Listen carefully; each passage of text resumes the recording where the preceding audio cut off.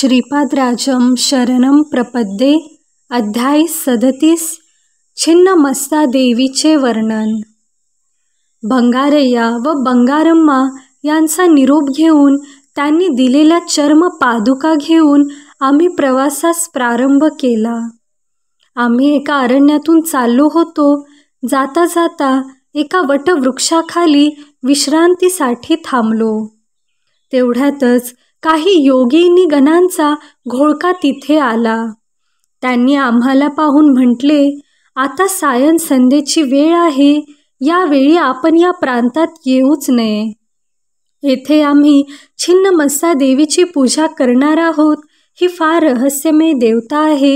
येथे पुरुषांना प्रवेश नाही. एवढेच नव्हे तर ही दैवभूमी आहे. येथे आलेला कोणीही जिवंत बाहेर पडत नाही.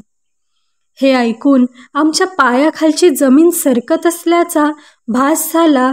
त्याच वेळी एका तेजोमयी योगिनी मातेचे तिथे आगमन झाले. तिचे नेत्र अग्नीसारखे लाल होते.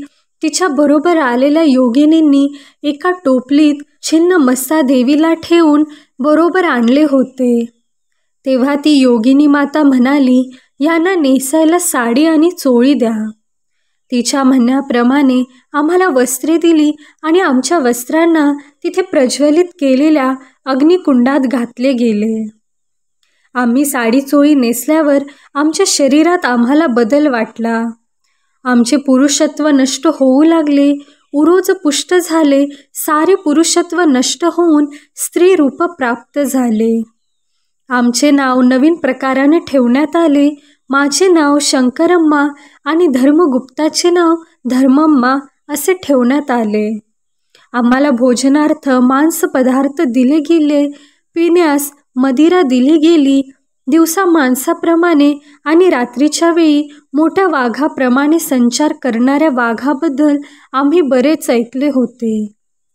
परंतु याप्रमाणे देवता पूजा असते किंवा योगीजन केवळ संकल्पाने पुरुषाला स्त्री रूपात बदलू शकतात असे आम्हा स्वप्नातसुद्धा वाटले नव्हते. आम्हाला भयग्रस्त करून नृत्य करविण्यात आले. तेवढ्यात योगिनी माता म्हणाली, कबंध मुनी हे परिवर्तनशील जगताचे अधिपती आहेत. परिवर्तन शक्तीलाच छिन्नमस्ता देवी असे म्हणतात. या जगात वृद्धी आणि क्षय सर्वदा चालूच असतो. क्षीणत्व कमी झालेल्या वेळी विकासाचा स्तर आपोआप वाढतो. त्यावेळी भुवनेश्वरी देवीचे प्राकट्य होते. या उलट क्षीणत्व अधिक होऊन विकासवृद्धी कमी झाल्यास छिन्नमस्ता देवीचे प्राधान्य असते. या महामातेचे स्वरूप अत्यंत रहस्यमय आहे.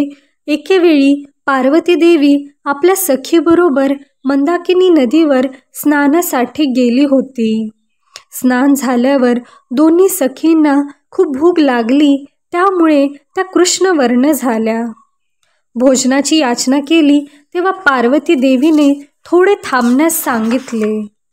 थोडा वेळ झाल्यावर सखीने पुन्हा एकदा जेवणाची मागणी केली. यावेळी सुद्धा तिला थोडे थांबवण्यास सांगण्यात आले. असे अनेक वेळा झाले तेव्हा मात्र पार्वती देवीने आपल्या खड्गाने मस्तक तोडून टाकले. त्यावेळी कंठातून रक्ताच्या 3 धारा वाहू लागल्या. 2 धारा तिने दोघी सखींना पिण्यास दिल्या आणि एका धारेचे स्वतः प्राशन केले. मस्तक छेदन केल्यामुळे तिला छिन्नमस्ता म्हणतात. अर्धरात्री केलेली छिन्नमस्ता देवीची उपासना फार चांगले फळ देते. शत्रूवर विजय मिळविण्यासाठी, शत्रूच्या समूहाला थांबवून ठेवण्यासाठी, राज्यप्राप्तीसाठी, दुर्लभ अशा मोक्षप्राप्तीसाठी तिची उपासना अत्यंत फलदायी ठरते. 4 दिशा या महामायेची वस्त्रे आहेत. तिच्या नाभिस्थानात योनिचक्र असते. कृष्ण म्हणजे तामस गुण आणि रक्तवर्ण म्हणजे राजस गुण. या दोन्ही गुणांनी युक्त अशा सखी तिच्या बरोबर सतत असतात. तिने आपले शिरखंडन केले तरी सुद्धा ती सजीवच राहिली. याचा योग भाषेत असा अर्थ होतो की ती परिपूर्ण अंतर्मुखत्वाचे प्रतीक आहे. अग्निस्थान असलेल्या मणिपूर केंद्रात छिन्नमस्ता देवीचे ध्यान योगीजन करीत असतात. ही हिरण्यकशिपूची उपास्य देवता आहे.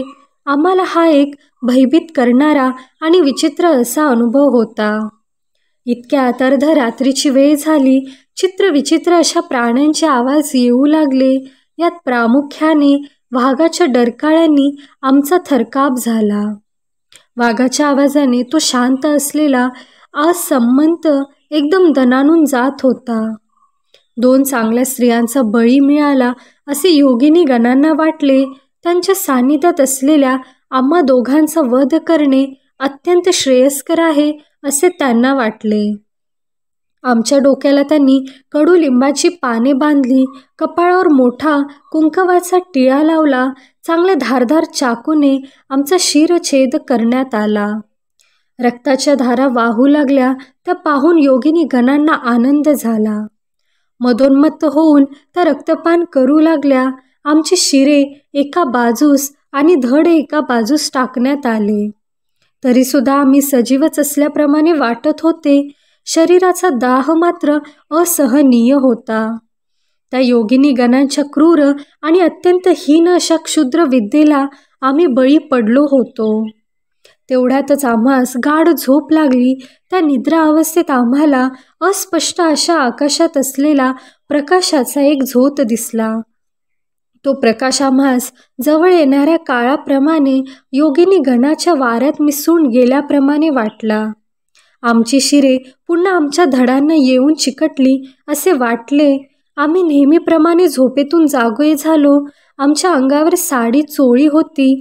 नंतर आमची स्त्री लक्षणे हळूहळू लोप पावू लागली आणि पुरुष लक्षणे स्पष्ट होऊ लागली. रात्रीच्या अग्नीमध्ये आमची स्त्रीवस्त्रे दग्ध होऊन आता त्या ठिकाणी नवीन पुरुष वस्त्रे आली. स्नानादी करून आम्ही ती नवीन वस्त्रे धारण केली. एवढ्यात एक वाटसरू आमच्यामध्ये येऊन मिळाला. तो आम्हास म्हणाला, मित्रांनो, काल रात्री तुम्ही पाहिली ती एक प्रकारची योग प्रक्रिया आहे. तुमच्या शरीरातील स्त्रीतत्व अत्यंत शुद्ध करण्यात आले. प्रत्येक शरीरात स्त्री आणि पुरुष तत्व अशी दोन्ही तत्वे असतात. या दोन्ही तत्वांची शुद्धी झाल्याशिवाय योग शक्ती विश्व चैतन्यातून प्रवाहित होत नाही. तुमच्यातील विश्व चैतन्यातून आवश्यक तेवढी शक्ती प्रवाहित होत आहे. आत्म्याला स्त्री पुरुष असा भेद नसतो. तो या दोन्ही तत्वांच्या आधाराच्या अंतीत आहे. तुम्ही श्रीपाद श्री वल्लभांच्या दयेने योगिनी गणांच्या असाधारण योग प्रक्रियेने अनुपमेय अशी करुणा प्राप्त करून घ्याल. कितीही प्रयत्न केले तरी प्राप्त न होणारी अशी सुषुम्ना मार्गाची तुम्हाला ओळख झाली. यापेक्षा महान भाग्य ते कोणते? एवढे महाभाग्य प्राप्त होण्याचे कारण म्हणजे तुमच्या जवळ असलेल्या श्रीपाद प्रभूंच्या चर्मपादुकाच होत. चर्मदेहातील चैतन्यातून निघून तुम्ही चैतन्य प्रवाहरूप असलेल्या दिव्यत्वाच्या अनुसंधानात आहात. श्रीपाद प्रभूंच्या दिव्यलीला ते स्वतःच जाणतात. त्या इतर सर्वांसाठी अति अगम्य, अद्भुत आणि चमत्कारपूर्ण असतात. श्रीपाद श्री वल्लभांचा जय जयकार असो. अशाच आध्यात्मिक व्हिडिओंसाठी सबस्क्राईब करा अध्यात्मसार यूट्यूब चॅनेलला.